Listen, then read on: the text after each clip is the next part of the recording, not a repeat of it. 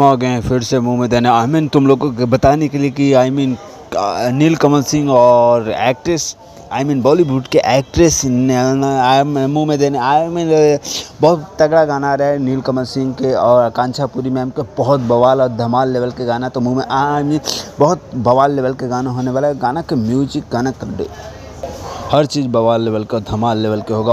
I mean बहुत तगड़ा गाना होगा। तगड़ा गाना इसलिए होगा क्योंकि इस गाने के सारे काम हम भोजपुरी से रिलीज़ किया जा रहा है। तो मुझे उम्मीद है कि मुंह में आई मीन वो एक तगड़ा गाना होगा, बवाल लेवल के गाना होगा। मुंह में दे यार क्या मुंह में देना, मुंह में इसकी अम्मा बहन पे आ जाऊँगा, लिटरली बोल रहा हूँ। मुंह में देने का आदत पता नहीं कहाँ से आ गया।